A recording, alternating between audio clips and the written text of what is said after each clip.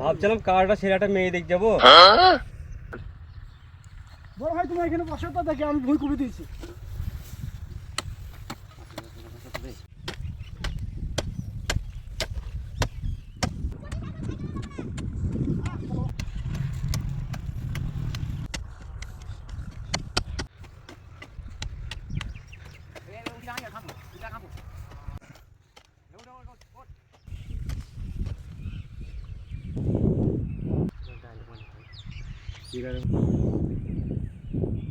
যাক, সামনে শীত আসছে, বড় ভাই মেয়ে দেখেছে, আমার লেগে বিয়েটা তো হবে।